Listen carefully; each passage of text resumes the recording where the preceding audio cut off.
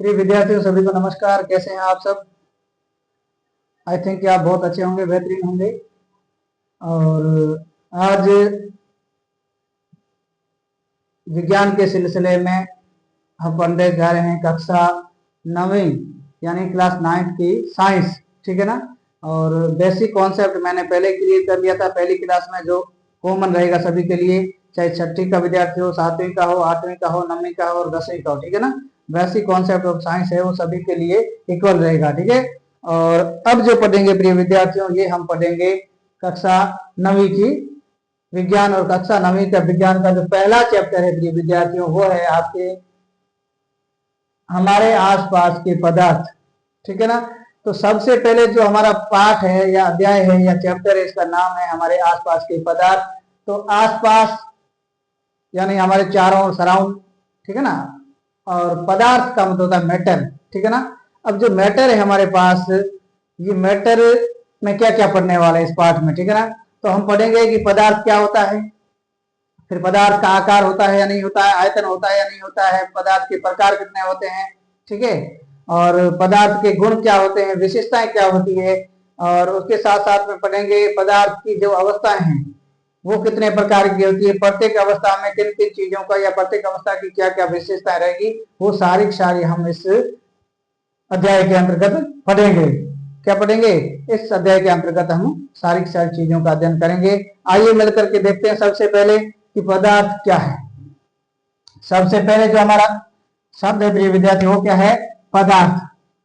क्या है? कॉमन सा है शब्द पदार्थ, जिसको हम इंग्लिश में कहते हैं प्रिय विद्यार्थियों, क्या कहते हैं? मैटर कहते हैं। क्या कहते हैं? मैटर, ठीक है। ये मैटर है क्या?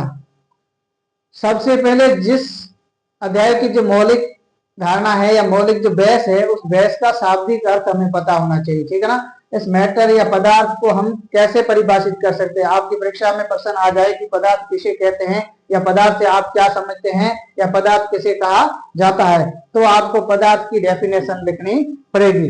जैसे पदार्थ की आप डेफिनेशन लिखोगे तो आपको जो अंक है प्रिय विद्यार्थियों, मैंने कहा अंक विज्ञान के अंतर्गत अंक है वो विभाजित रहते हैं, डिवाइडेड रहते हैं। तो ऐसी स्थिति में अंक वो आपको उसकी पूरी की पूरी परिभाषा सही लिखोगे तो मिलेंगे, ठीक है। अब ध्यान दीजिए, जब भी कोई भी पदार्थ होता है, जब भी, ठीक है, कोई भी पदार्थ ले लें, किसी भी पदार्थ को लेकर के देखें, तो उसमें ध्यान रखना प्रिय विद्यार्थियों, दो चीजें होती है। कौन सी दो चीजें? कौन सी दो चीजें प्रिय विद्यार्थियों? एक होता है स्थान।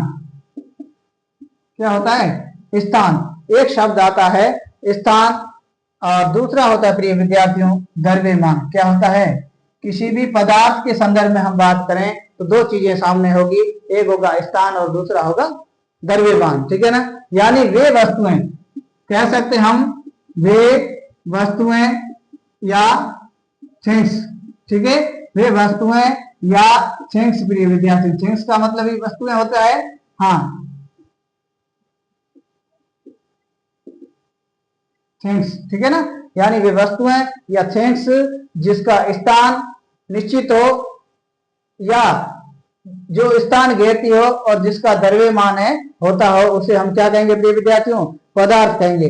देखिए, जैसे कोई भी वस्तु, माना कि पानी है, ठीक है ना। इस पानी को प्रिय विद्यार्थियों किसी भी बर्तन में डालोगे तो बर्तन का आकार लेगा नहीं लेगा, यानी कुछ न कुछ स्थान उसका जरूर होता है, यानी स्थान घेरता है। दूसरी बात है, जब जैसे एक खाली लोटा था, माना कि खाली लोटे का वजन है वो 100 ग्राम है। क्या है? 100 ग्राम है। अब इस लोटे को पूरा भरेंगे तो 100 ग्राम में प्लस वजन बढ़ेगा, इसका बढ़ेगा या नहीं बढ़ेगा? द्रव्यमान, ठीक है ना। हाँ, तो यानी जब भी कोई पदार्थ होता है, पदार्थ की कल्पना करते हैं, तो उस स्थिति में दो चीजें सामने आती है। एक होता है स्थान, यानी पदार्थ होगा तो स्थान कुछ न कुछ जरूर होगा उसका, यानी कुछ न कुछ स्थान जरूर वो घेरता होगा। दूसरी चीज है प्रिय विद्यार्थी, वो है द्रव्यमान, यानी उस पदार्थ का द्रव्यमान भी होगा। तो हम कह सकते हैं, क्या कह सकते हैं परिभाषा में? आइए देखते हैं। परिभाषा में हम कह सकते हैं वे वस्तुएं, पदार्थ की परिभाषा हम कह सकते हैं प्रिय विद्यार्थी, क्या कहेंगे? ध्यान दीजिए, जैसे हम पदार्थ की परिभाषा पढ़ेंगे तो कहेंगे वे वस्तुएं। क्या कहेंगे? जैसा हमने अभी समझा वैसा वैसा लिखेंगे। वे वस्तुएं जो स्थान घेरती हो, क्या करती हो, वे वस्तुएं जो स्थान घेरती हो प्रिय विद्यार्थी, क्या करती हो, स्थान घेरती हैं तथा उसका द्रव्यमान होता है, क्या होता है, द्रव्यमान होता है, उसे पदार्थ कहा जाता है, उसे पदार्थ कहा जाता है या कहते हैं, एक ही बात है, ठीक है।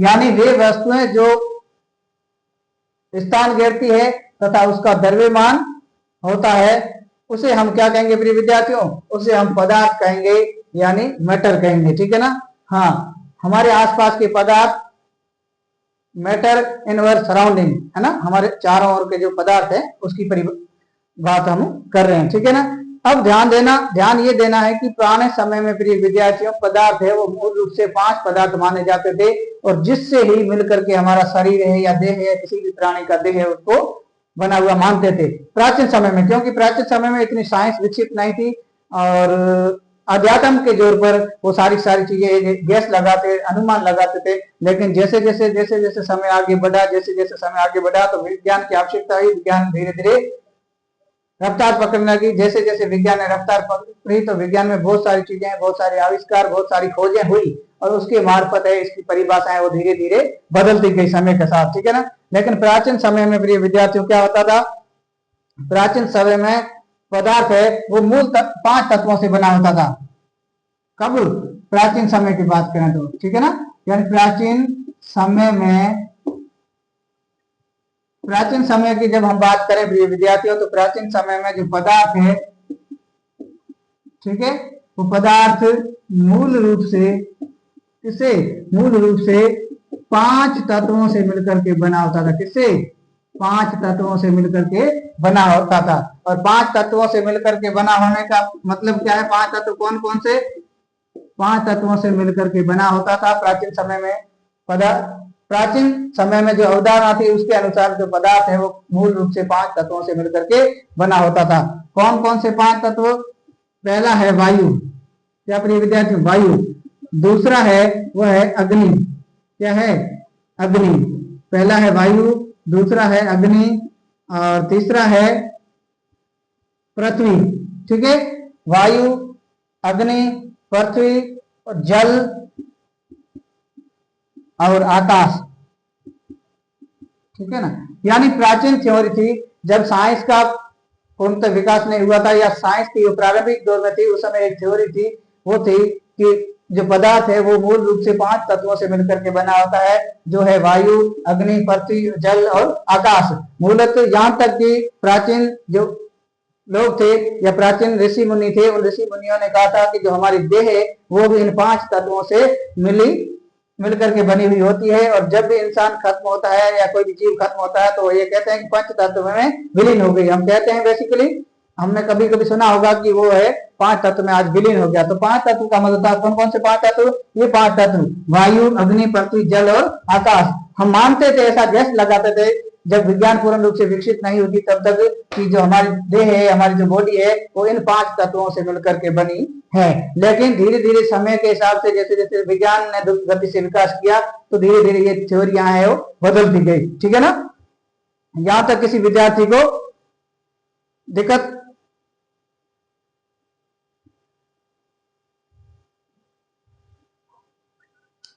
और उसके बाद में आगे हम बात करें प्रिय विद्यार्थियों, तो आगे एक प्राचीन थ्योरी एक और थी, ठीक है। उस प्राचीन थ्योरी या प्राचीन सिद्धांत के अनुसार जो पदार्थ है, ठीक है ना, वो 2 प्रकार के होते थे। कितने प्रकार के, 2 प्रकार के। ये भी किसने दिया था इसका कहीं उल्लेख नहीं है, लेकिन प्राचीन थ्योरी थी। हो सकता है कई सारे लोग मिलकर के इस चीज को व्याख्या कर रहे होंगे। तो प्राचीन समय में एक सिद्धांत था, उस सिद्धांत के अनुसार ये जो पदार्थ है ये 2 प्रकार के होते थे। कुछ एक का मानना था पदार्थ है वो लकड़ी की तरह सत्य होता है, लकड़ी की तरह सतत होता है, ठीक है ना। यानी कुछ लोगों का मानना था कि जो पदार्थ है वो लकड़ी की तरह सतत होता है। जैसे मेरे हाथ में ये क्या है, डस्टर है, ठीक है, तो लकड़ी भी ऐसी होती है, तो इसकी तरह सतत होता है। लेकिन कुछ लोगों का मानना था, या कुछ पुराने प्राचीन समय के जो लोग थे उनका मानना था कि पदार्थ है वो कणों की प्रकृति में पाया जाता है। किसमें? कणों की प्रकृति में, यानी पदार्थ है वो मूल रूप से कणों के रूप में उपस्थित होता है। ये दोनों थ्योरियां थी, लेकिन धीरे धीरे जैसे जैसे समय आगे बढ़ा, समय के हिसाब से विज्ञान विकसित होती गई, नई नई थ्योरियां आई, नए नए सिद्धांत आए, नए नए नियम आए, तो उस हिसाब से ये थ्योरियां धीरे धीरे खारिज होती गई या अमान्य कर दी गई। अब जैसे जैसे हम आगे बढ़ेंगे प्रिय विद्यार्थियों, तो इसकी अलग अलग चीजें सामने निकल करके आएगी। आपका जो ये बुक्स है, बुक्स के हिसाब से आप देखेंगे प्रिय विद्यार्थियों, तो मैंने कहा कि जो विज्ञान है वो विज्ञान हमेशा प्रायोगिक तरीके से चलती है, ठीक है ना। कला में अंतर चेतना का समन्वय होता है, ठीक है ना। लेकिन यहाँ आप देखेंगे तो विज्ञान है वो विज्ञान एक प्रयोगों पर आधारित, प्रयोगों द्वारा जो प्रमाणित ज्ञान है उसका जो सुव्यवस्थित रूप है उसी को हम विज्ञान कहते हैं। ऐसा ही हमने पढ़ा था इसकी डेफिनेशन में। तो विज्ञान ने कहा कि यदि कुछ लोग कह रहे हैं कि जो पदार्थ है वो सतत रूप से होता है, यानी लकड़ी की तरह या पत्थर की तरह होता है, लेकिन कुछ ने कहा कि नहीं नहीं नहीं, ये मामला ठीक नहीं है, जो पदार्थ होता है वो कणों के रूप में होता है। उन्होंने देखा कई सारी चीजें कणों के रूप में, ठीक है ना। तो उन्होंने प्रयोग किया क्या आपकी बुक्स में दे रखा है कि उन्होंने एक बीकर लिया। क्या लिया प्रिय विद्यार्थियों? एक बीकर लिया। बीकर में समझते हो आप? हाँ, बीकर का मतलब होता है कोई बर्तन, ठीक है। माना कि ये आपने गिलास लिया, तो उन्होंने एक बर्तन लिया और बर्तन के अंतर्गत प्रिय विद्यार्थियों क्या भर दिया? पानी भर दिया, यानी लगभग आधा कर दिया इस बर्तन को, यहां तक बर्तन में पानी डाल दिया। अब इस पानी डालने के बाद में धीरे धीरे NaCl, NaCl का मतलब क्या होता है प्रिय विद्यार्थियों? ये नमक का सूत्र है। कई बार परीक्षा में पूछा जाता है कि नमक का रासायनिक सूत्र क्या है, तो सोडियम क्लोराइड है। सोडियम और क्लोराइड मिलते हैं तो NaCl बनता है नमक जिसके, ठीक है ना। और कई बार आपने देखा होगा आयोडीन युक्त नमक। आयोडीन युक्त का मतलब आयोडीन इसके अंतर्गत बाहर से मिलाई जाती है एक्सटर्नल रूप से, नमक के अंदर पहले से आयोडीन नहीं पाई जाती। नमक का फॉर्मूला वो NaCl ही होता है, सोडियम क्लोराइड, ठीक है ना। अब पानी के अंतर्गत इन्होंने नमक मिलाया, ठीक है, और नमक मिलाने के बाद थोड़ी देर किसी कांच की छड़ी लेकर के इस पानी को हिलाया, ठीक है। तो धीरे धीरे पाया गया कि जो पानी था उसका लेवल पहले यहाँ था, लेकिन अब धीरे धीरे नमक मिलाने से पानी का जो लेवल है बढ़ करके यहाँ तक आ गया, ठीक है। और नमक जो मिलाया गया था जो कणों के रूप में था, वो धीरे धीरे कणों के रूप में नमक घुलता गया और घुलने के बाद में एक समय ऐसी आई कि पता नहीं चला कि ये नमक कौन सा है और पानी कौन सा है। एक समय तो लेवल जैसे ही डाला अंदर तो पता चल रहा था कि पानी ऊपर आ गया धीरे धीरे और नीचे पेंदे में जमा हो गया। अब जब कांच की छड़ी लेकर के उसके अंतर्गत जब थोड़ी देर घुमाते हैं तो घुमाने पर पाया गया कि ये सारा सारा एक सॉल्यूशन बन गया, विलेन बन गया। नमक और पानी कौन सा है पता नहीं चला। तो इससे सिद्ध क्या हुआ? इससे उन्होंने अंदाजा पता लगाया कि जब पदार्थ होता है कोई भी, वो पदार्थ निश्चित रूप से कोई न कोई कणों के रूप में होता है। ये कण अब इसके अंतर्गत जब नमक कणों के रूप में पानी के अंदर लिक्विड के अंदर डाला गया तो कण गए कहां? तो इन्होंने कहा कि जो पदार्थ होते हैं उनकी प्रकृति अलग अलग होती है। तो कोई ठोस होता है, कोई द्रव होता है, कोई गैस होता है, कोई प्लाज्मा होता है, ठीक है ना।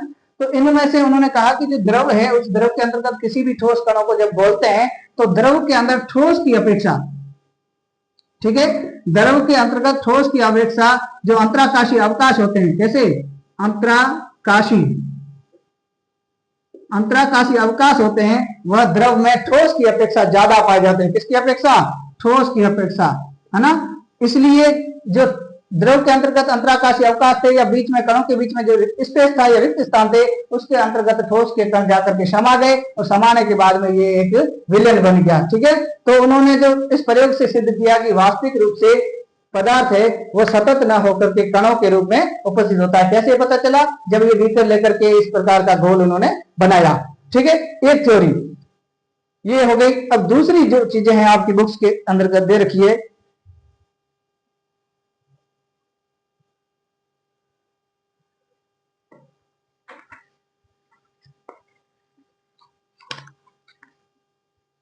दूसरी प्रिय विद्यार्थियों आपकी थ्योरी दे रखी है कि उन्होंने कहा कि एक प्रयोग से सिद्ध होता है, एक से हो सकता है कि गलत हम साबित हो जाए। तो उन्होंने एक दूसरा बीकर लिया। क्या लिया प्रिय विद्यार्थियों? दूसरा एक बीकर लिया और उस बीकर के अंदर जब भी एक साफ और शुद्ध पानी लिया अब शुद्ध पानी लेने के बाद में इन्होंने KMnO4 यानी पोटेशियम पर मैग्नेट, आपने देखा होगा आज से 20 से 25 साल पहले कभी सुना होगा किसी के मुख से कि पहले जब पानी होता था वो पानी ज्यादा पोल्यूटेड होता था। पानी पोल्यूटेड यानी उसके अंदर बहुत सारे लार्वा पाए जाते हैं जो विभिन्न प्रकार की बीमारियों के जनक माने जाते थे, ठीक है ना। लेकिन धीरे धीरे सरकार ने कहा कि इन लार्वा से नहीं निपटेंगे तो हर एक व्यक्ति बार बार हॉस्पिटल आ रहा है, इतनी हॉस्पिटल की सुविधा नहीं थी, तो उन्होंने एज नर्सेज के माध्यम से गांव गांव ढांड ढांड तक एक लाल दवा पहुंचाई थी। और बाकी पोटेशियम परमैंगनेट थी या नहीं थी ये तो उनको तो पता नहीं था, क्योंकि हमारे इतने लोग पढ़े लिखे नहीं थे प्राचीन समय में, इसलिए वो इसको लाल दवा कहते थे, ठीक है। लाल रंग की होने की वजह से इसको लाल दवा कहते थे। और ये लाल दवा उस पानी में डाली जाती थी। क्यों डाली जाती थी? क्योंकि उस लार्वा को खत्म करने के लिए। जैसे ये लाल दवा इस पानी के अंदर डाली जाती थी तो लार्वा पूरी तरह से नष्ट होते थे। वो पानी व्यक्ति पीता था तो उतना ज्यादा जहरीला नहीं होता था, या उसके अंदर जो दूषित जीवाणु थे, बैक्टीरिया थे, वो सारे सारे खत्म हो जाते थे, बीमारियों से बचा जाया करता था, ठीक है ना। और उसका नाम था KMnO4, जिसको हम कहते हैं प्रिय विद्यार्थियों पोटेशियम पर मैग्नेट। क्या कहते हैं? पोटेशियम पर मैग्नेट। अब ध्यान देना, हम पढ़ रहे थे पदार्थ, लेकिन केमिस्ट्री बीच में आएगी, क्योंकि मैटर होगा तो केमिस्ट्री तो आनी है, ठीक है ना। अब ये जो भी चीजें आपकी बेसिकली 10th तक की है, तो 10th तक की इसमें सारी बायो, केमिस्ट्री और फिजिक्स तीनों एक साथ साथ साथ साथ चलेगी, एक दूसरे से मिली जुली चलेगी हर एक लेसन के अंदर, ठीक है ना। तो यहाँ हम बात कर रहे थे कि पदार्थ है वो कण प्रकृति में पाया जाता है। उसके लिए इन्होंने दो प्रयोग किए। पहला तो किया कि शुद्ध पानी लेकर के उसके अंदर नमक घोला, नमक घोलने के कुछ समय बाद देखा तो पहले तो जैसे नमक इसके अंदर डाला पानी में तो कणों के रूप में पैंते में पड़ा था। जैसे ही कांच की छड़ लेकर के उसको हिलाया तो नमक घुल गया यानी एक पानी विलयन बन गया।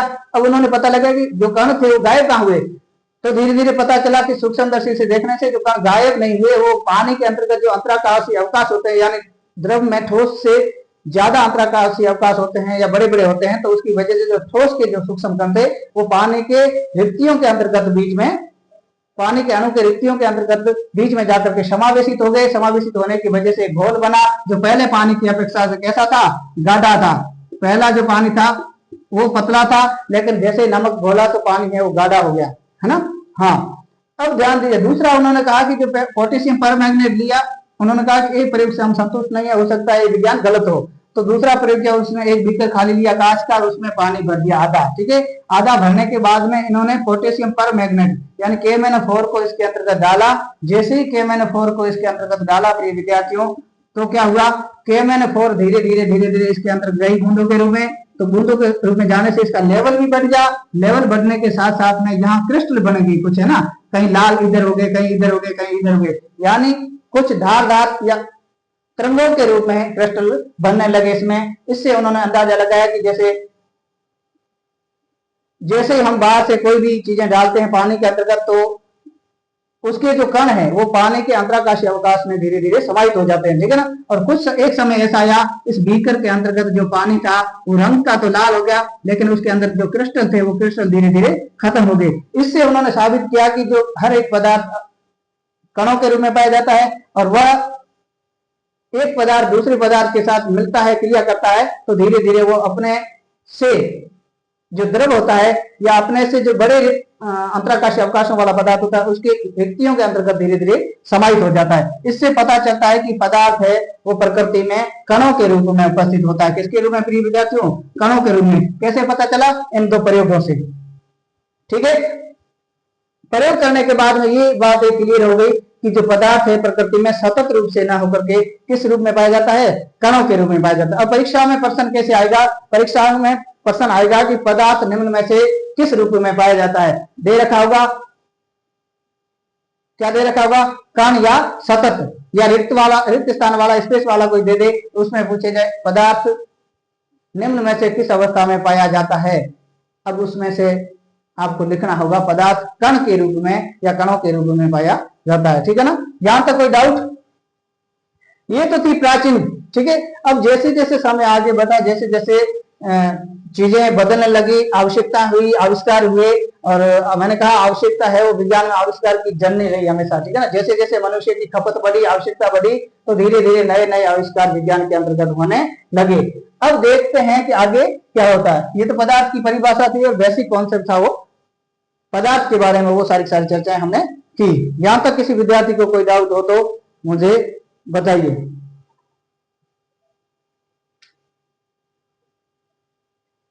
यहां तक कोई दिक्कत नहीं है। अब अगला जो है हमारा वो पदार्थ की बात में आता है, पदार्थ की विशेषताएं। क्या आता है प्रिय विद्यार्थियों? वो आता है पदार्थ की विशेषताएं। ठीक है।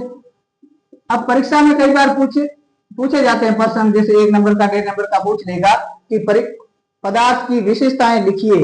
तो पदार्थ की कौन कौन सी विशेषताएं वो हम यहाँ आपके सामने लिखेंगे, और ऐसा हूबहू जैसा हम लिखते हैं ऐसा का ऐसा आपने परीक्षा में लिख दिया, इसका मतलब जितने नंबर का क्वेश्चन है उसमें से पूरे के पूरे आपको नंबर मिलेंगे। ठीक है।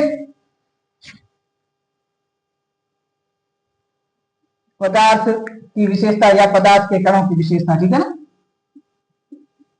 पदार्थ के कणों की विशेषता एक ही बात है। ठीक है ना, हाँ ये ध्यान देना।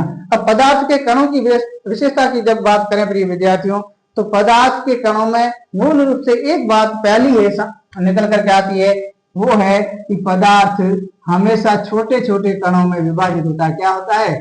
पदार्थ हमेशा छोटे छोटे या सूक्ष्म कणों के रूप में पाया जाता है। ठीक है ना, रूप में पाया जाता है। पदार्थ है वो हमेशा हमेशा छोटे छोटे व सूक्ष्म कणों के रूप में धरती पर या प्रकृति में उपस्थित होता है। एक बात होगी पदार्थ की विशेषता। अब ध्यान दीजिए कैसे, जैसे हमने देखा कि जो पानी था उसको भी कहीं कहीं माइक्रोस्कोप से देखोगे तो उसमें भी आपको छोटे छोटे कण दिखाई देंगे, लेकिन वो ठोस की अपेक्षा थोड़े क्या होते हैं? सूक्ष्म होते हैं। ठीक है ना। अब और ठोसों की अपेक्षा इसके अंतर्गत अंतरा आणविक आकर्षण बल है वो कम पाया जाता है, इसलिए इसकी वजह से वो है ठोसों की अपेक्षा क्या होता है? मुलायम होता है। ठीक है ना। अब ध्यान दीजिए कोई भी जैसे पदार्थ होता है, ठीक है ना, जैसे पदार्थ की प्रकृति की बात करें तो इस प्रकार पदार्थ होगा। आप देख रहे हैं ये पदार्थ के अंतर्गत कण है और कणों के बीच में ये जो रिक्त स्थान पाया जाता है, ठीक है ना, ये रिक्त स्थान है। ये रिक्त स्थान भी जिस पदार्थ के अंतर्गत ज्यादा होगा उसका अंतरा आणविक आकर्षण बल कम होगा, और जिसके अंतर्गत ये कम पाया जाएगा उसका अंतरा आणविक आकर्षण बल ज्यादा होगा। ज्यादा होगा तो खींच करके कणों को नजदीक लाएगा, तो नजदीक जैसे ही लाएगा तो उसके अंतर्गत वो स्पेस है वो रिक्तियां है खत्म हो जाएगी। ठीक है। इसलिए ठोसों में द्रव की अपेक्षा में रिक्तियां या स्पेस या अंतराकाशीय अवकाश है वो बिल्कुल नगण्य होते हैं कभी ठोसों में। और ये सारा सारा आगे के पदार्थ की अवस्थाओं की चर्चा करेंगे तो उसमें विस्तृत पढ़ेंगे। ठीक है। दूसरा है पदार्थ के कणों की विशेषताएं, वह है पदार्थ के कणों में पदार्थ के कणों के बीच रिक्त स्थान पाए जाते हैं। ठीक है ना, रिक्त स्थान पाए जाते हैं। मैंने पहले ही कहा, मैंने कहा जब भी पदार्थ लेकर के चलेंगे या पदार्थ को देखेंगे तो पदार्थ में प्रत्येक पदार्थ के अंतर्गत कुछ न कुछ उसके बीच में रिक्तियां जरूर होती। जब दो कण ऐसे जुड़ेंगे तो दो कण इस प्रकार सेट नहीं होंगे जैसे कि आपस में पूर्णतः चिपके, कुछ न कुछ थोड़ा तो उसके अंदर अंतराकाशीय अवकाश होगा। वो भले नग्न आंखों से दिखाई नहीं देगा, किसी माइक्रोस्कोप से किसी भी चीज को देखोगे उस पदार्थ के किसी अंश को तो आपको वो अंतराकाशीय अवकाश जरूर नजर आएंगे। ठीक है, जैसे आपकी किताबों में चित्र के रूप में दिए होते हैं और मैंने यहाँ भी बता दिया कि ये, ठीक है ना। अब दूसरा है पदार्थ के कणों के बीच रिक्त स्थान पाया जाता है। आगे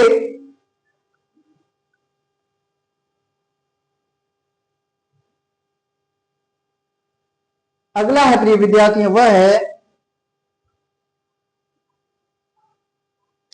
इन रिक्तियों की वजह से या आवेश की वजह से पदार्थ के जो कण है प्रिय विद्यार्थियों वो क्या करते हैं? एक दूसरे को आकर्षित करते हैं। तो हम लिखेंगे पदार्थ के कणों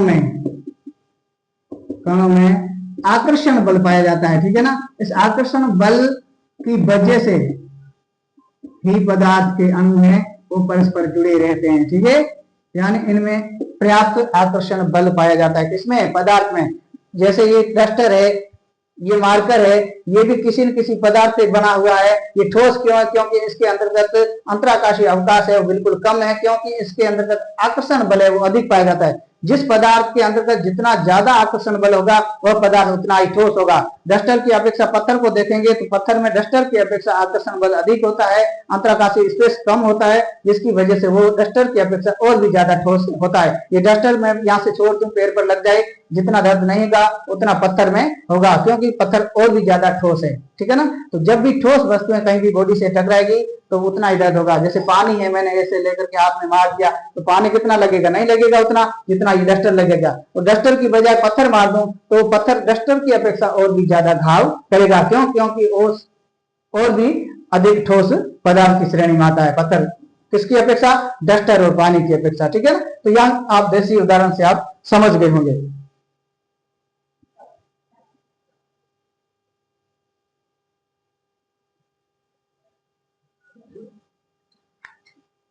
दूसरा है कणों में ऊर्जा पाई जाती है।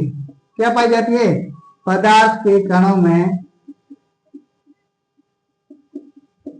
पदार्थ के कणों में शक्ति पाई जाती है, ध्यान रखना। ठीक है? जो पदार्थ के कण होते हैं उन पदार्थ के कणों में शक्ति, पावर या ऊर्जा पाई जाती है। ठीक है?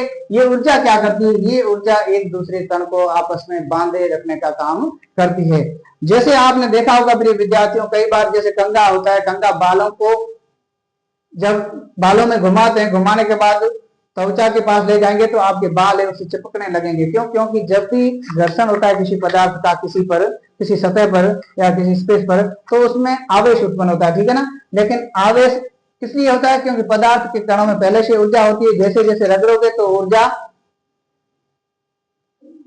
आवेश में बदलती है और वह आवेश एक दूसरे को आकर्षित करता है। ठीक है ना? आवेश की बात करें, यहाँ हमारे टॉपिक का ऐसा नहीं है, मगर एक बात करें बीच में, तो आवेश है वो तीन प्रकार के होंगे। एक होगा पॉजिटिव, एक नेगेटिव और एक न्यूट्रल। ठीक है ना? और इसी के आधार पर विद्युत का सारा सिस्टम है वो बना हुआ है। ठीक है? तो यहां तक किसी बंधु को दिक्कत हो, किसी विद्यार्थी को दिक्कत हो तो मुझे बताइए, नहीं तो आगे हम चर्चा करते हैं। आगे हम बात करेंगे प्रिय विद्यार्थी, वो करेंगे पदार्थ की अवस्थाएं। पदार्थ की अवस्थाएं। अब ध्यान देने योग्य बात है कि जो पदार्थ जिसके बारे में हमने अभी तक चर्चा की, ये पदार्थ है वो प्रकृति में अलग अलग रूपों में पाया जाता है। तो वैज्ञानिकों ने इसके बारे में शोध किया तो उन्हें प्राप्त हुआ कि पदार्थ है वो प्रकृति में जनरली देखा जाए तो 4 प्रकार से होता है, लेकिन आपकी बुक्स वाले ने पदार्थ को 3 भागों में ही विभाजित किया। मैंने कहा कुछ ऐसी चीजें हैं जो आपकी बुक्स में नहीं है, फिर भी मैं आपको पढ़ाऊंगा क्योंकि ये एक्स्ट्रा नॉलेज आगे आपको काम आएगा। नहीं तो इसके हिसाब से मैं पढ़ाऊंगा तो 3 अवस्था है, लेकिन आगे जाकर के कहीं बता देगी पदार्थ की 4 अवस्था होती है, आपको किसने पढ़ाया, तो आप वहां से झुका करके बैठेंगे। तो मैं नहीं चाहता कि आप ऐसी परिस्थितियों का सामना करो, इसलिए मैं सारी चीजें विस्तृत रूप से बताने का प्रयास करूंगा। तो हम बात कर रहे थे जो पदार्थ की अवस्थाएं, तो ये विद्यार्थी ये पदार्थ है वो 4 अवस्थाओं में पाया जाता है। कितनी? 4 अवस्थाओं में, यानी पदार्थ को मूल रूप से 4 अवस्थाओं में बांटा गया है। कितनी अवस्थाओं में? 4 अवस्थाओं में बांटा गया। कौन कौन सी 4 अवस्था है? पहला है प्रिय विद्यार्थियों पदार्थ की अवस्था वो है ठोस। क्या है? ठोस। जो बी नंबर है पदार्थ की अवस्था वो है द्रव। क्या है? द्रव। और सी नंबर की जो पदार्थ की अवस्था है वो सी नंबर की है प्रिय विद्यार्थी, यानी तीसरा है वह है गैस। ठोस, द्रव, गैस, तो ये चीजें सुनी है हमने। चौथा सर कौन सा है? तो चौथा है प्रिय विद्यार्थी वह है प्लाज्मा। क्या है? प्लाज्मा। अभी डिजिटल युग है, डिजिटल टेक्निकल इरा है। टेक्निकल इरा के अंतर्गत आपने देखा होगा सीपीयू के अंतर्गत यहाँ हमारे धनाऊ में भी बहुत बड़े बड़े हैंडलूम बने हुए, और हैंडलूम के अंतर्गत बहुत बड़ी नेम प्लेट लगी हुई है। आप देखोगे डीकेएस हैंडलूम, मरुद्र हैंडलूम वगैरह, उधर जो थार हैंडलूम है, इसमें नेम प्लेट जो लगी हुई है, आप रात के अंधेरे में देखोगे तो ये नेम प्लेट बहुत ज्यादा चमकती है, दूर दराज तक दिखाई देती है। क्यों? क्योंकि ये जो अवस्था है इसके अंतर्गत जो लाइटिंग है, इस अवस्था को हम कहते हैं प्लाज्मा। ये क्या होती है प्रिय विद्यार्थियों? ये नियॉन जो बोर्ड होता है, वो नियॉन बोर्ड से ये आवेशित होती है। ठीक है ना?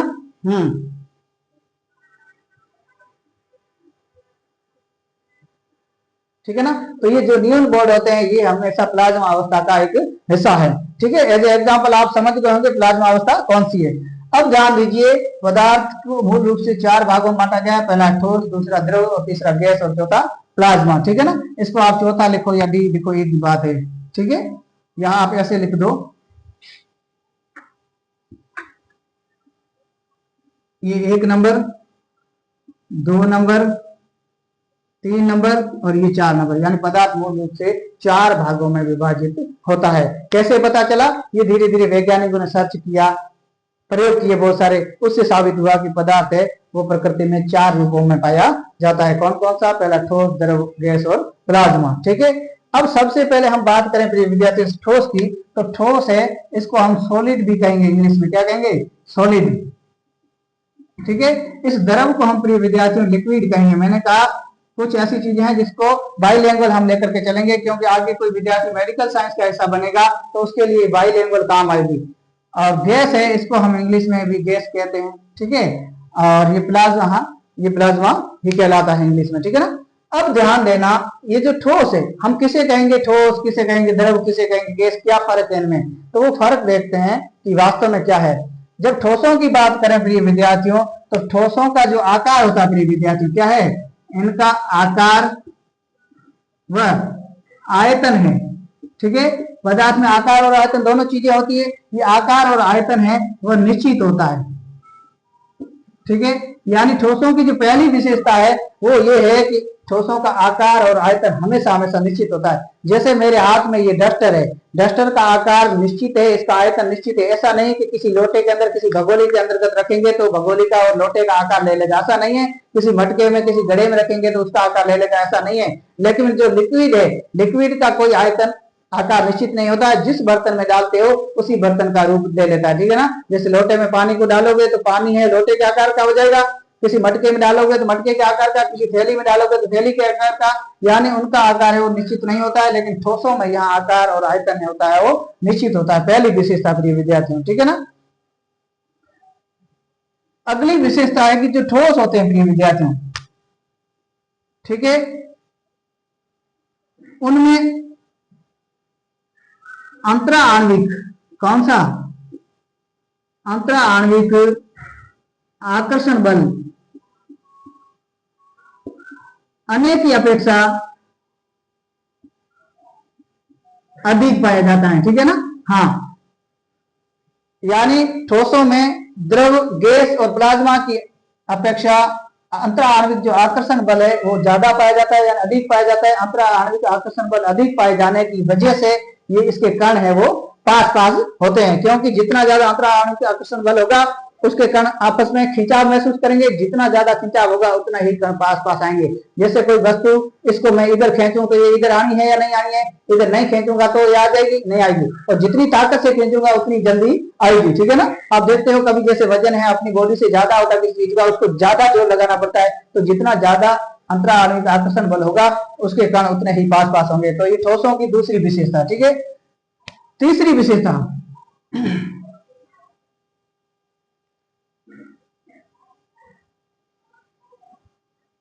तीसरी विशेषता है कि ठोसों में जो अंतराकाशी, ठोसों में अंतराकाशी जो अवकाश होते हैं, ठीक है, वह इस अंतरा आणविक आकर्षण बल की वजह से अंतराकाशी अवकाश है वह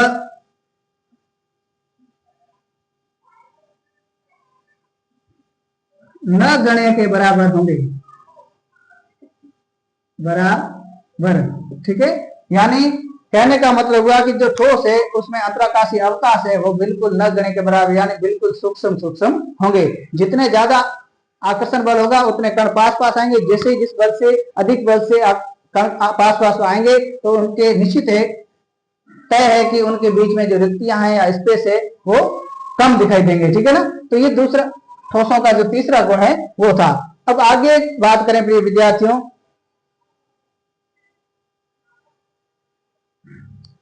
उदाहरण के तौर पर देखा जाए, जैसे आपने देखा होगा उदाहरण, क्या देखा होगा? पत्थर, ठीक है, पत्थर है, लकड़ी है, धातुएं हैं, धातुएं ठोस होती है ना, लोहा, तांबा, जस्ता, सोना, पीतल, जो भी धातुएं वो देखी होगी आपने, तो धातुएं कितनी कठोर होती है, ठीक है ना। हाँ, तो ये जो ठोस है उसमें से ये सारी सारी चीजें आती है, ठीक है। अब आगे हम बात करें द्रव की। द्रव है प्रिय विद्यार्थियों, उस द्रव की क्या विशेषता है। अब इस द्रव का प्रिय विद्यार्थियों जो आकार होता है वह तो निश्चित होता है, क्या आयतन होता है वह तो निश्चित होता है, आयतन निश्चित, लेकिन आकार है वह बदलता रहता है।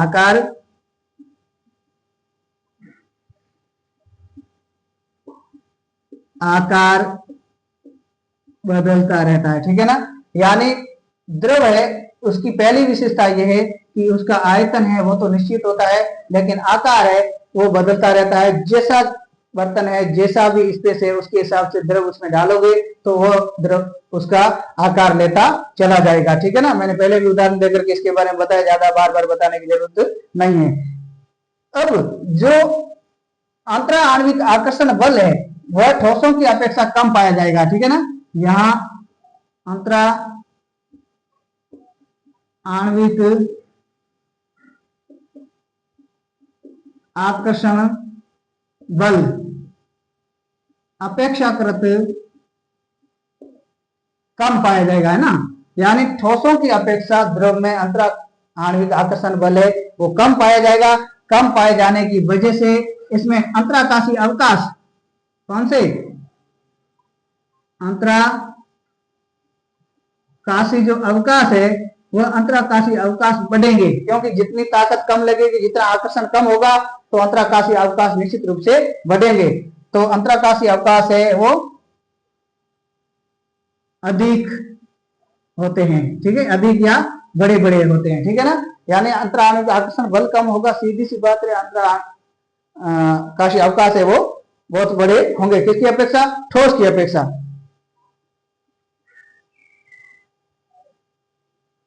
और जिसकी वजह से कण क्या होंगे, दूर दूर होंगे। तो इसमें कण है वो दूर दूर पाए जाते हैं, ठीक है, कण दूर दूर पाए जाते हैं, किसमें, लिक्विड में। उदाहरण के तौर पर देखें तो पानी है, ठीक है, पानी के साथ साथ में तेल है, घी है, दूध है आदि, ठीक है। यानी इस प्रकार हम कह सकते हैं कि ठोस और द्रव है वो एक दूसरे से इस प्रकार भिन्न भिन्न होते हैं। यहां तक दिक्कत। अब तीसरा आता है प्रिय विद्यार्थी, वो है गैस। क्या है, गैस। अब जब गैस की बात करें तो गैस में ठोस और द्रव की अपेक्षा, इन दोनों की अपेक्षा है वह अंतरा आणविक आकर्षण बल है वह कम पाया जाता है, ठीक है ना। कम पाए जाने की वजह से इसका जो अंतराकाशीय अवकाश है वो गैसों और द्रव और ठोस दोनों की बजाय बहुत बड़े बड़े होते हैं, किनमें, गैसों में, ठीक है। आपने देखा होगा जो एलपीजी गैस है, तो एलपीजी गैस जैसे ही हम दबाते ऊपर से कुछ न कुछ किसी इंस्ट्रूमेंट से, तो गैस बाहर निकलती है, निकलते टाइम दिखती है, उसके बाद में एनवायरमेंट में एब्जॉर्ब हो जाती है, ठीक है। देखी होगी, दिखती नहीं है। आप जैसे मोटरसाइकिल के टायरों में जो गैस भरते हैं, ठीक है, उस टायर के अंदर का जैसे ही आप चाबी से या किसी लकड़ी से दबाओगे गाड़ियों के टायर वाली हवा, तो बाहर निकलते समय दिखेगी नहीं, लेकिन आवाज आपको जरूर महसूस होगी कि हवा कहीं से कहीं निकल रही। कभी कभार कांटा पिक्चर वगैरह होता है तो आपने महसूस किया होगा, ठीक है। तो इस प्रकार जो गैसें हैं वह प्रकृति में प्रिय विद्यार्थियों दिखाई नहीं देती है। क्यों, क्योंकि इसके अंतर्गत अंतरा आणविक आकर्षण बल कम पाया जाता है, इसलिए इसके अंतर्गत रिक्तियां हैं या स्पेस है वो कणों के बीच बहुत अधिक पाया जाता है। और इसका ना तो कोई आकार होता है निश्चित और ना ही कोई आयतन होता है। जिस बर्तन में भरोगे प्रेशर से उसी बर्तन का आयतन और आकार लेती जाएगी, ठीक है ना। तो इसका लिखोगे, क्या लिखोगे प्रिय विद्यार्थियों, ना तो आकार निश्चित और ना ही आयतन निश्चित, ठीक है।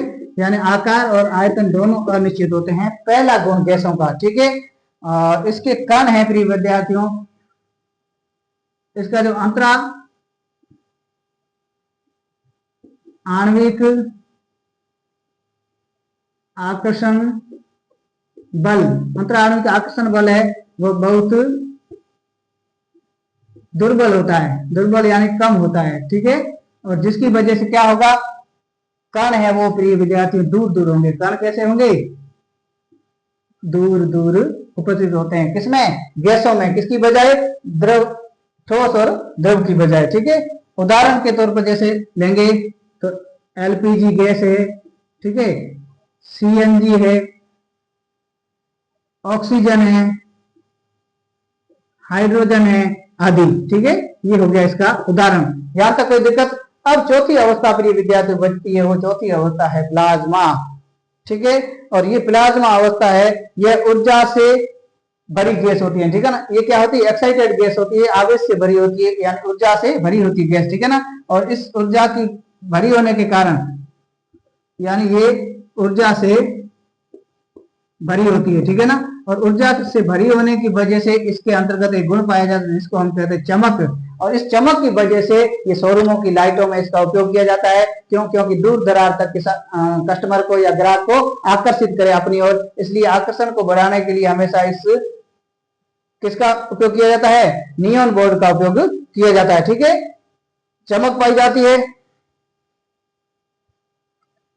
और इसमें आयन होते हैं, मैंने कहा एक्साइटेड होती है, चार्जेबल होती है, ठीक है ना। यानी इसमें आयन पाए जाते हैं जिसकी वजह से इसकी चमक है वो ज्यादा होती है। चमक ज्यादा होने की वजह से बड़े बड़े शोरूमों, बड़ी बड़ी गाड़ियों में, अभी घरों में भी कई बार देखा गया है कि नेम प्लेटें वगैरह लोग लगाते हैं, ठीक है। तो ये नेम प्लेटों में जो उपयोग होता है वो सारा इसी का ही हिस्सा है, ठीक है। और जिसको हम उदाहरण के तौर पर लें तो प्रिय विद्यार्थी उदाहरण है वो है नियॉन बोर्ड है, क्या है, नियॉन बोर्ड, ठीक है। नियॉन बोर्ड भी इसका एक उदाहरण है।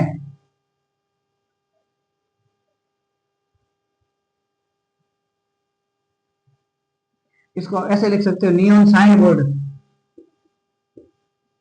नियॉन साइन बोर्ड, ठीक है। नियॉन साइन बोर्ड के साथ साथ में बिजली है, ठीक है। बिजली जैसे चमकती है तो आपको लगता है ना जैसे पास में ही कहीं उजाला हुआ, लेकिन वो दूर दराज होती है, ठीक है। तो नियॉन साइन बोर्ड है, बिजली है वगैरह है, सूर्य है, ठीक है। तो ये सारा क्या है, ये प्लाज्मा का हिस्सा है। तो ये थी पदार्थ की या मैटर की अवस्थाएं थी विद्यार्थी, क्या थी, मैटर की अवस्थाएं। यहां तक किसी विद्यार्थी को कोई दिक्कत हो तो बताइए, नहीं तो आज की क्लास में जो हमने पढ़ा इस क्लास को बार बार देखें, क्लास को लाइक शेयर करें। ये सारी क्लासें क्रमिक रूप से आपको हमारे यूट्यूब चैनल ज्ञान दीक्षा क्लासेज के प्ले लिस्ट में जाकर के आप सर्च कर सकते हैं। प्ले लिस्ट में हर एक वीडियो क्रमिक रूप से पहले बेसिक क्लासेज होगी साइंस की, उसके बाद में हर एक क्लास की अलग अलग प्ले लिस्ट बना रखी है और उसमें जाकर के आसानी से आप क्रमिक रूप से देख सकते हैं। ये कभी भी देख सकते हैं, रिकॉर्डेड रहेगी ताउमर, ठीक है ना। हाँ, तो वीडियो अच्छा लगे पूरा देखें, वीडियो अंत तक अच्छा लगे तो वीडियो को लाइक करें, कमेंट करके बताएं कि आप कहां से हैं, कहां से देख रहे हैं, ताकि हमारा मनोबल बढ़े कि हम जिस विद्यार्थी से जिस स्कूल में गए थे वो विद्यार्थी हमसे जुड़े हुए डिजिटल दुनिया से, ठीक है ना। और ये निःशुल्क शिक्षण प्रणाली जिसमें किसी प्रकार का कोई चार्जेबल नहीं है, या चार्ज पे नहीं करना है, फ्री ऑफ कॉस्ट आप पढ़ाई करें और आगे बढ़ें। और अंत में चैनल को सब्सक्राइब जरूर करें, सब्सक्राइब करके ऑल वाला बेल आइकन जरूर प्रेस करें ताकि हर एक नोटिफिकेशन, हर एक क्लास का नोटिफिकेशन आप तक आसानी से समय पर पहुंच सके। और इसी आशा और शुभकामना के साथ आप हमारा मनोबल बढ़ाएंगे और पढ़ करके अपने सपनों को साकार करें। इसी आशा और उम्मीद के साथ आज की क्लास में बस इतना ही, मिलते हैं अगली क्लास में।